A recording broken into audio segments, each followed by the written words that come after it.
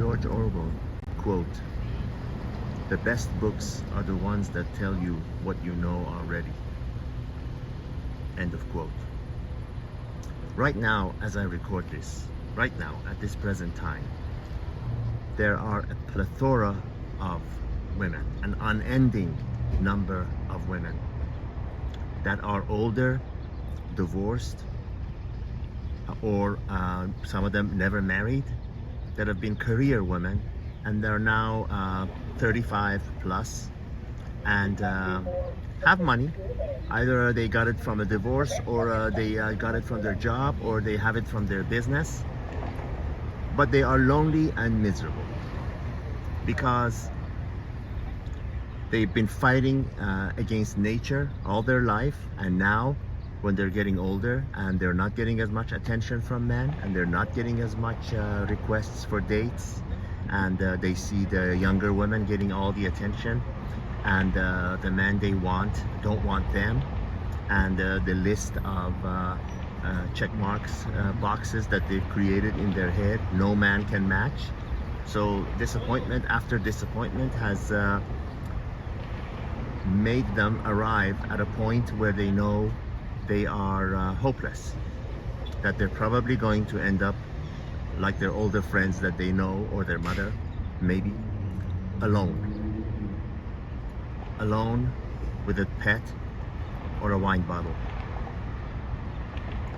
and with other girlfriends who are in their same situation, because usually married women don't hang out with the ones that are not married. My wife's friend approached me today with a picture of a woman, and she said, "This is my friend. She's a very successful businesswoman. She owns actually a hair salon, and she owns the building where that hair salon is, and she rents out the chairs, and she has a very successful career because she's an expert colorist and very high-end clients from the area where she lives in Silicon Valley, where all the computer high-tech businesses are. They go there to have their hair colored and everything." And the picture was her traveling to the Middle East. She was in Dubai at a very beautiful hotel, sitting by the pool by herself. And she proceeded to tell me, my friend's wife, that are you interested in her, or do you know anyone that might be interested in her? She's very successful. She has, like I said, her own business. She owns the building where the hair salon is, and she has a thriving, business with a long list of clientele that come to her for hair coloring and hairstyle.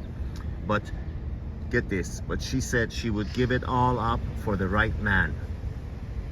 And I told her exactly what I always say on this video, and what I truly believe. And as George Orwell said, what you probably already know. I told her, well, I bet that the man that she truly wants, that she considers as quote-unquote right man, does not exist, and the men that she does want don't want her, because no man with options, as we've heard 1,001 times before, is not going to choose a 58-year-old woman who looks like 58 years old, when he has the option to choose much younger with far less baggage.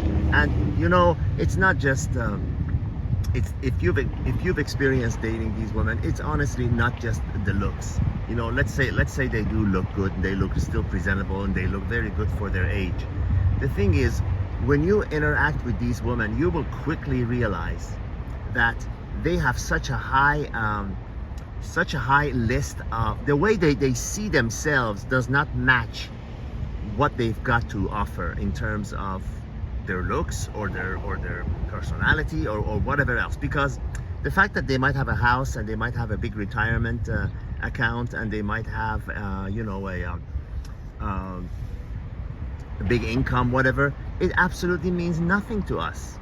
To use a crude example, it's like a tit on a bowl. It means nothing to us. To men, to most men, to 99% of men. What are you going to do with their money? She's not going to give it to you. And if she did, what kind of a man would agree to live on a woman's money? Because if you have any ounce of brain, And if you have any ounce of wisdom, you know that with that money comes a long list of unpleasant things that you don't want.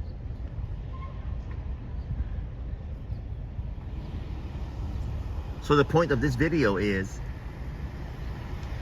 I know what George Orwell meant when he said the best books are the ones that tell you something you already know. Because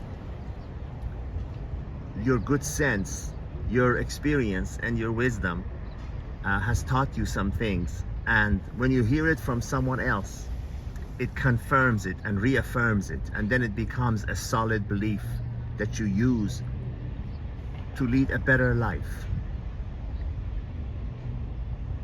And I hope that in my small way, I'm able to do that same thing for you.